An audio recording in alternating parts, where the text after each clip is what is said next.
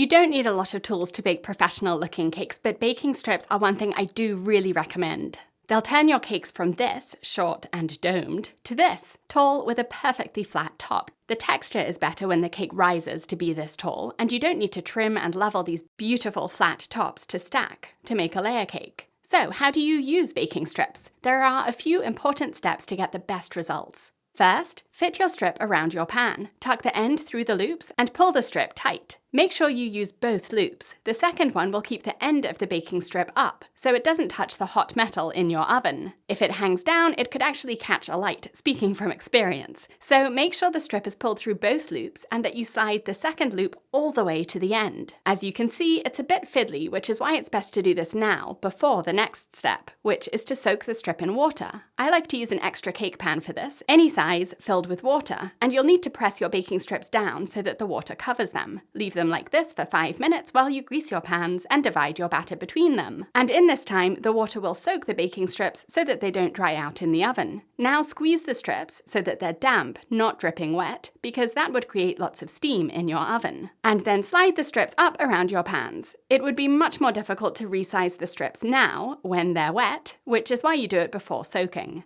Check your recipe time, and since the batter will take longer to bake when you're using baking strips, add 5 to 10 minutes. I'm going to bake these first 2 layers with baking strips, and my final layer without, to show you the difference with the same batter and same oven. The cakes baked with baking strips are tall and completely flat, and the cake baked without strips is noticeably shorter. Let's look at the tops.